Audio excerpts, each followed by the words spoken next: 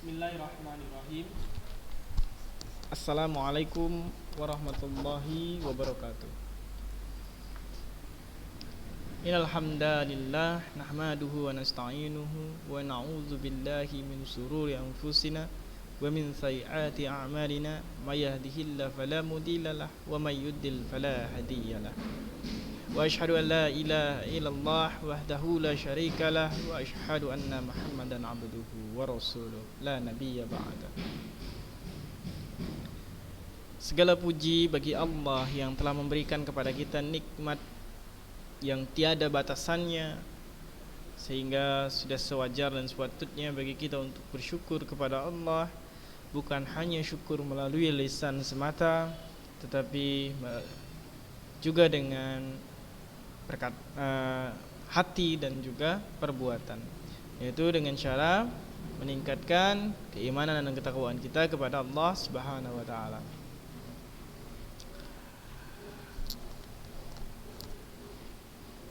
Baik, pada pembelajaran kita kali ini kita akan memasuki bab 4 di halaman 109, yaitu tentang novel.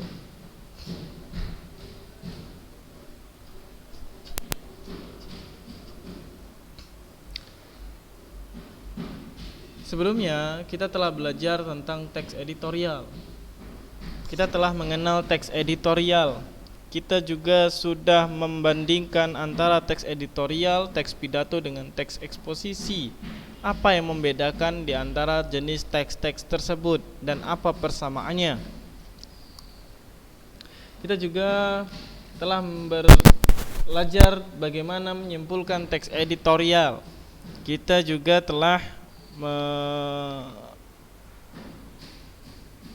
belajar tentang struktur dan kaidah dari teks editorial, dan minggu sebelum kita libur yang liburnya cukup panjang, hampir seminggu, terhitung Rabu, Kamis, Jumat, Sabtu, Minggu, berarti 5 hari. Itu kita telah belajar bagaimana cara menulis teks editorial. Jadi kemarin kita melakukan Zoom ya, tapi qadarullah pada minggu ini kita tidak bisa melakukan Zoom, dan mudah-mudahan pertemuan berikutnya kita masih bisa bertemu dengan Zoom begitu, melalui Zoom conference.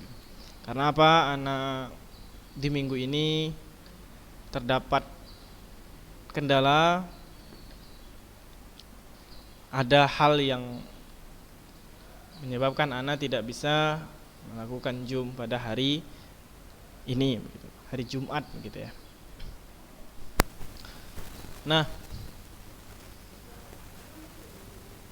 pada bab ini, yaitu bab 4, kita akan membahas tentang novel, begitu. Menikmati novel. Ya, novel untuk dinikmati itu kata orang yang mencintai sastra.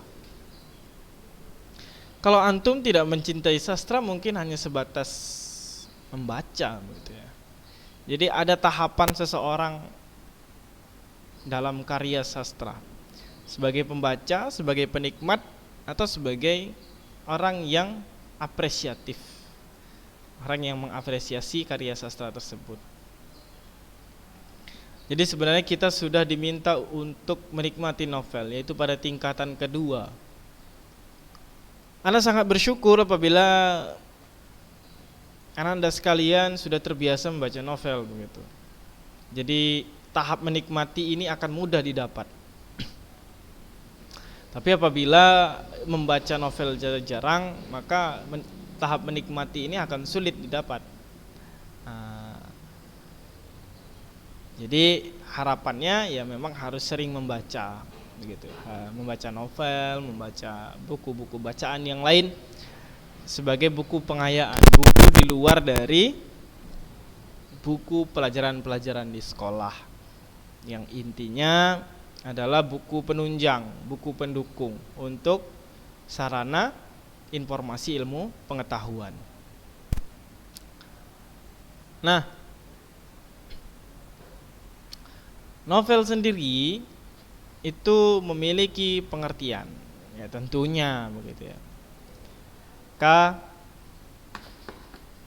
Novel itu adalah karya fiksi panjang, ya. Dia nggak kayak cerita pendek, karya fiksi panjang yang berbentuk rangkaian cerita tentang tokoh dan orang-orang di sekelilingnya yang bersifat imajiner, jadi imajinasi. Novel juga merupakan suatu karangan berbentuk prosa yang di dalamnya terdapat unsur intrinsik dan unsur ekstrinsik. Jadi bisa ana gambarkan sebegini ya. Novel adalah karya fiksi panjang begitu, yang berbentuk rangkaian cerita tentang tokoh, ya, dan orang-orang di sekeliling yang bersifat imajiner. Novel gitu ya, juga kita buat seperti ini aja. Dapat diartikan sebagai suatu karangan gitu ya, berbentuk prosa yang di dalamnya terdapat unsur intrinsik dan ekstrinsik. Begini ya. Intrinsik dan ekstrinsik. Nah, ini adalah pengertian novel. Jadi novel itu merupakan karya prosa. Apa itu prosa? Prosa itu adalah karangan bebas ya.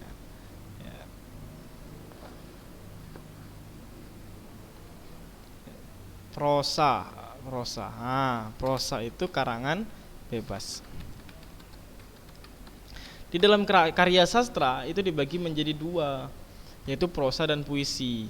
Nah, jadi kan di dalam tulisan itu ada fiksi dan non fiksi. Non fiksi berarti biografi, bibliografi, artikel, teks-teks berita, itu non fiksi. Kalau fiksi berarti ada prosa dan puisi gitu. Prosa berarti seperti drama, novel, cerpen, hikayat gitu. Jadi bebas karangannya. Nah, kalau puisi itu kan terikat dia. Meskipun dia tidak terikat oleh rima, tapi puisi itu tetap terikat oleh kata-kata yang indah. Nah, itu minimal begitu. Nah, prosa adalah karangan bebas, bahasa lainnya begitu ya. Taib. Ini adalah pengertian novel. Ya, bisa jadi antum temukan pengertian-pengertian yang lainnya tentang novel. Ini adalah pengertian novel secara umumnya. Nah, kalau pengertian-pengertian novel yang lainnya bisa jadi berbeda kata-kata namun tetap memiliki inti yang sama. Jadi pengertian itu kan bisa saja berbeda. Karena namanya sudah pengertian, banyak ahli begitu yang menjabarkan tentang pengertian-pengertian tersebut. Taib. Kita lihat ada 3 ilustrasi buku novel. Yang pertama Mukhtar Lubis, Harimau-Harimau. Terus terang Anda tidak tahu ya novel ini. Pramudia Anantur, Bumi Manusia. Wah, ini novel cukup terkenal pada masanya dulu gitu. Jadi dulu Pramudia Anantatur ini adalah orang yang hendak mau mendapatkan hadiah Nobel. Jadi orang Indonesia kan belum pernah dapatkan Nobel satu pun ya. Jadi satu orang pun belum pernah ada yang dapatkan Nobel. Dan kandidat yang mendapatkan Nobel itu adalah si Pramudia Anantatur ini. Kandidatnya di bidang sastra.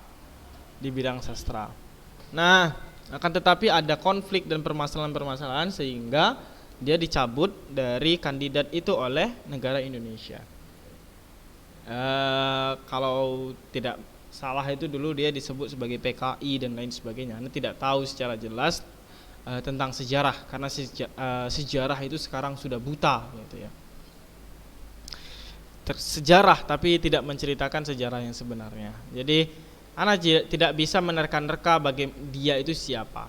Tapi secara garis besar dia itu sempat berpindah negara dulu di Malaysia ya. Berpindah negara di Malaysia. Kemudian si Anantatur ini, Pramudia Anantatur ini, buku-bukunya dulu kan sudah keluar juga di masa tahun 80-an. Itu orang yang memegang buku ini langsung ditangkap dulu ya pada masanya dulu. Jadi memang dulu ini buku Pramudia Anantatur yang manapun itu termasuk Bumi Manusia itu ilegal, tidak resmi ya penyebarannya. Jadi sembunyi-sembunyi kalau orang mau membaca bukunya dia gitu. Nah, di Bumi Manusia ini karena sekarang sudah reformasi, masa reformasi demokrasi, bisa antum dapatkan buku Pramudia Anantatur ini dengan judul Bumi Manusia ini Gramedia, banyak ya. Ya kalau ana tidak salah waktu itu ana lihat bukunya ini harganya sekitar 120 sampai 130 ribu. Dan ana tidak beli ya, mahal sekali gitu bukunya. Ya menurut ana mahal karena buku Sirah itu pun dapat 120 ribu waktu dulu ya. Jadi ana dulu ya daripada beli ini ya nah kapan-kapan aja lah itu gitu ya. Ada uang yang pas-pasan waktu itu jadi ana belinya yang lain gitu. Nah kemudian ada Ahmad Tohari, Ronggeng Duku Paru. Oh ya, ana Pramudia Anantatur Bumi Manusia ini juga sudah difilmkan ya di bioskop, tetapi kalau bajakannya belum keluar ya. Bajakannya belum keluar. Biasanya kalau memang produk-produk Indonesia yang filmnya tadi diangkat dari novel itu agak lama dia keluar bajakannya. Dia dihabiskan dulu biasanya di bioskopnya, apalagi saat ini sedang corona, mungkin ditunda penayangannya begitu. Ahmad Tohari, Ronggeng Duku Paruk ini juga sudah difilmkan ya. Ini sudah difilmkan. Film Sang Penari, Ronggeng Duku Paruk. Nah, anak sering dengar novelnya tentang Ronggeng Duku Paruk ini, tapi anak tidak membelinya karena memang ini bukan cakupan ana untuk ana baca, karena ya ana tahu isinya tentang apa, tentang ya ronggeng pasti tentang tari-tarian dan yang tidak sesuai dengan kemaslahatan, kaidah-kaidah serta tidak dianjurkan dalam syariat gitu. Jadi tidak ana tidak ada keinginan untuk membeli atau membacanya. Kalau Bumi Manusia ini tentang kehidupan masa penjajahan dulu. Jadi ana mau juga kalau membelinya begitu ya. Taib. Itulah pengenalan terhadap novel ya, pengenalan awal. Nah, novel ini di sini disebutkan ya, novel merupakan karya prosa fiksi yang panjang, mengandung rangkaian cerita kehidupan seseorang dengan orang-orang yang menonjolkan watak dan sifat setiap pelaku. Hampir sama ya, hampir sama pengertian yang ada di sini dengan pengertian yang ada yang sudah ana bahas tadi begitu.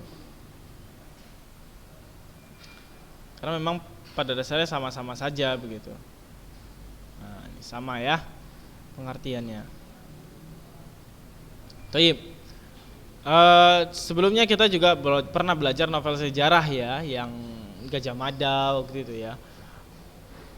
Mengapa novel sejarah itu lebih dulu kita pelajari? Karena novel sejarah lebih mudah dipahami karena ceritanya didasarkan pada latar belakang sejarah. Nah, yang pasti kita setidaknya udah ada gambaran, kita tahu gitu ya. Setidaknya artinya kita sudah kenal novel yang ceritanya sudah dikenali. Sekarang kita akan menikmati novel lebih luas lagi karena novelnya lebih umum. Sumber utama yang digunakan dalam pembelajaran ini Ronggeng Duku Paruk dan karya Ahmad Tohari. Seperti pada saat pembelajaran novel sejarah gitu ya. Pada kesempatan ini juga akan diakhiri dengan merancang sebuah novel. Nanti diakhiri waktu pembelajaran terakhir kita merangkai sebuah gambaran besar dalam membuat novel. Meskipun kita tidak disuruh, antum tidak ana suruh membuat novel gitu ya.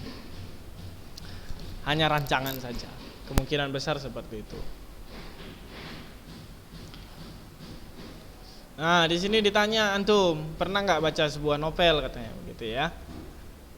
Apa yang didapat setelah baca novel, jika dicermati novel-novel tersebut menceritakan kehidupan yang kaitannya dengan latar sosial budaya pengarangnya. Ya tentu, ya biasanya memang sebuah novel itu ceritanya itu berkenaan dengan penulisnya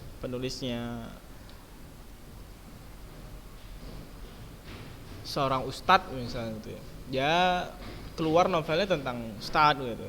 Penulisnya Habibur Rahman El Siraji, keluaran dari Kairo, Mesir. Ya dia ngomongin tentang Mesir, ayat-ayat cintanya ngomongin Mesir gitu ya. Jadi tidak jauh-jauh dari latar belakang si penulisnya. Kalau si Andrea Hirata, bagaimana perjuangan dia dalam menempuh pendidikan. Di latar belakangnya dia adalah orang yang miskin. Perjuangannya dia, ya udah, latar belakangnya dia tentang pendidikannya dia, bagaimana pencapaiannya begitu ya. Jadi tidak jauh-jauh dari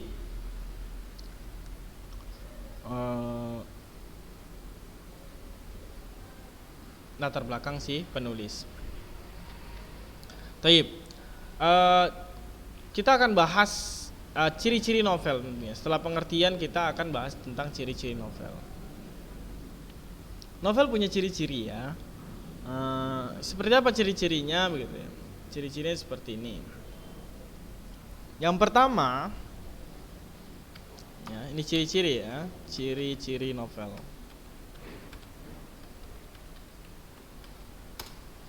Satu, terdiri dari 100 halaman. Ya ini biasanya, umumnya minimal 100 halaman atau 35.000 kata. Novel itu seperti itu ya. Terdiri dari 1000 halaman atau minimal 35.000 kata. Nomor 2, yang kedua ya, tema dan alur kompleks. Tema dan alurnya kompleks. Ya.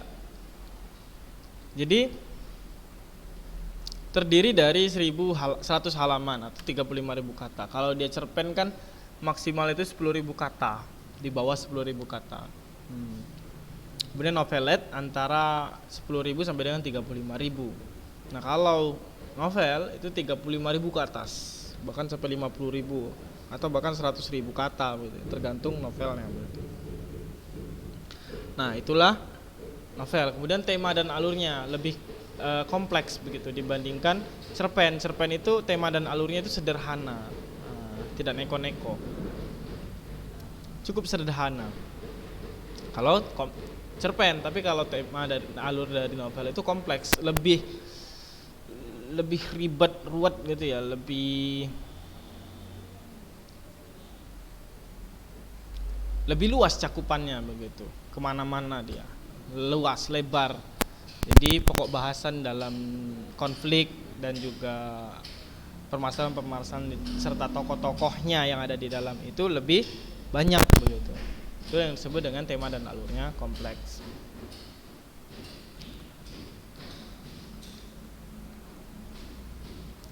Umumnya katanya, nah salah satunya novel itu tidak bisa dibaca sekali duduk begitu ya. Bisa jadi ya kalau orang yang memang jago kali baca novel yang 100 halaman itu 2 jam lah minimal begitu ya. Nah ceritanya sangat panjang.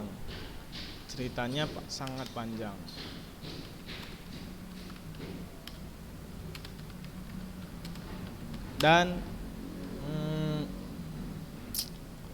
memiliki banyak tokoh.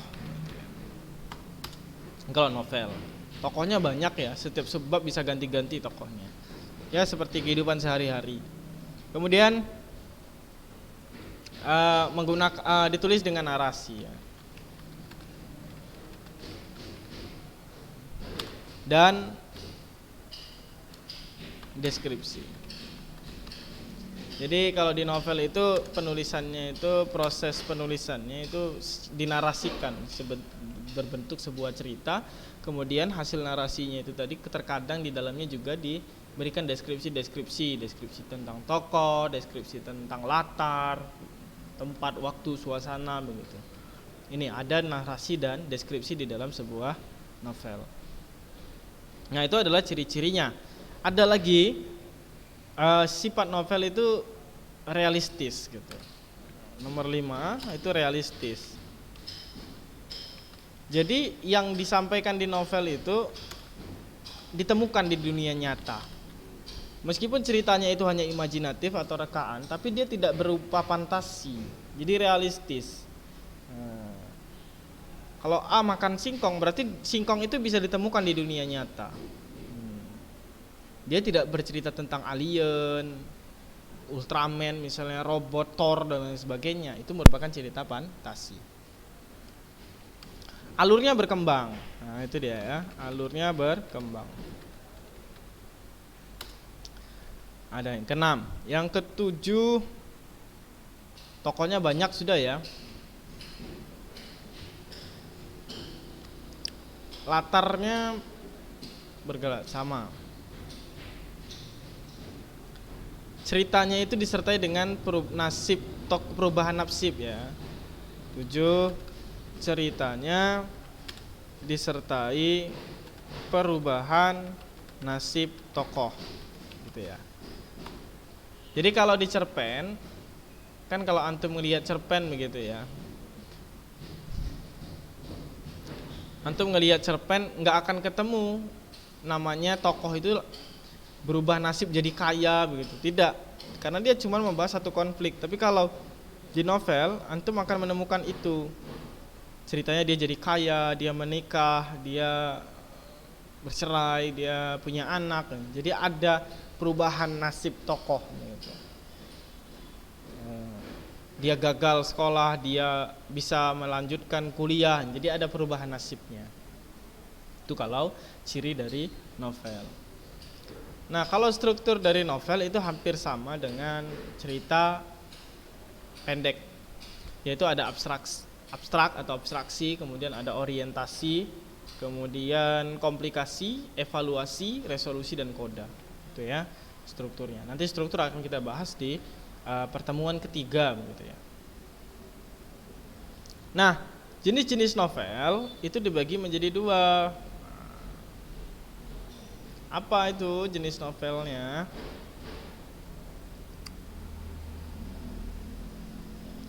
Jenis novel ini sudah kita bahas sebelumnya ya.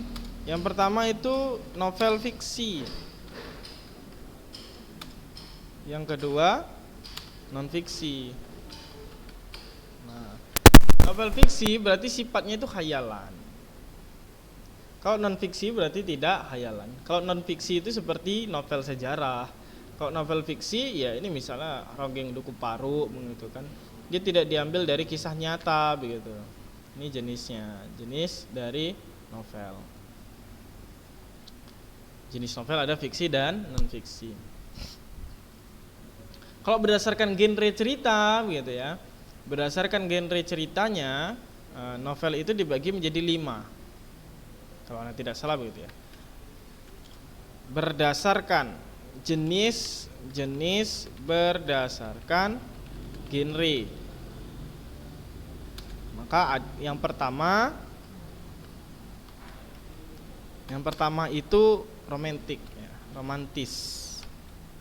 Yang kedua ada misteri. Novel misteri ada ya. Bukan horor ya, beda misteri dengan horor. Kalau misalnya misteri itu kan kalau antum pernah baca buku novel judulnya Sherlock Holmes.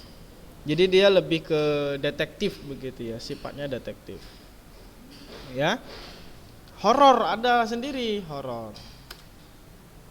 Nah, komedi juga ada.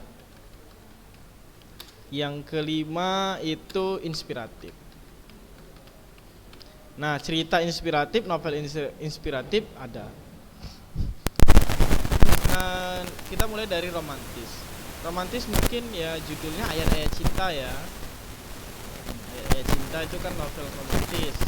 Kalau novel misteri seperti Sherlock Sherlock Holmes gitu ya, yang dia detektifan gitu.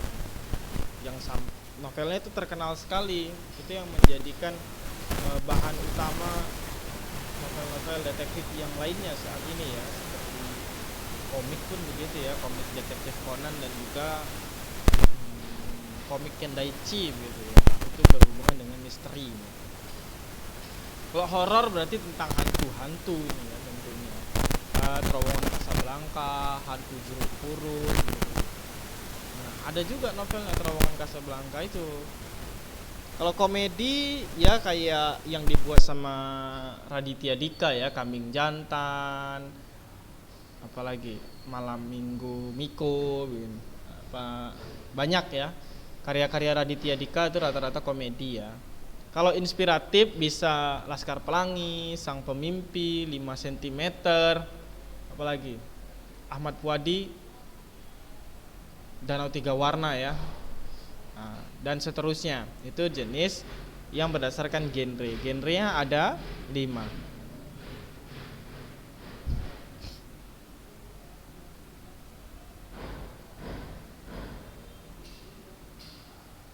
Nah, kalau berdasarkan isi juga ada, tapi ini tidak terlalu dijadikan tidak terlalu dijadikan pokok bahasan. Yang dijadikan berdasarkan isi biasanya atau tokohnya itu teen lead ya. Teen lead itu judul novelnya misalnya Dialova. Kalau song lead biasanya Ruang Rindu. Jadi novelnya itu berdasarkan isi atau tokoh. Kalau chick lead itu seperti Pengakuan Si Gila Belanja, ada di judulnya tokoh. Kemudian kalau berdasarkan isi ada yang unsurnya dewasa, Saman gitu ya, Saman karya siapa itu? D Lestari. Baik, inilah pembahasan kita tentang pengenalan novel. Jadi udah pengertian sudah, ciri-ciri novel sudah, jenis novel sudah, jenis berdasarkan genrenya juga sudah kita bahas. Baik, mudah-mudahan pembelajaran kita hari ini mendatangkan manfaat yang baik kepada kita semuanya. Ana akhiri pembelajaran kita dengan lafaz hamdalah. Alhamdulillahirabbil alamin. Assalamualaikum warahmatullahi wabarakatuh.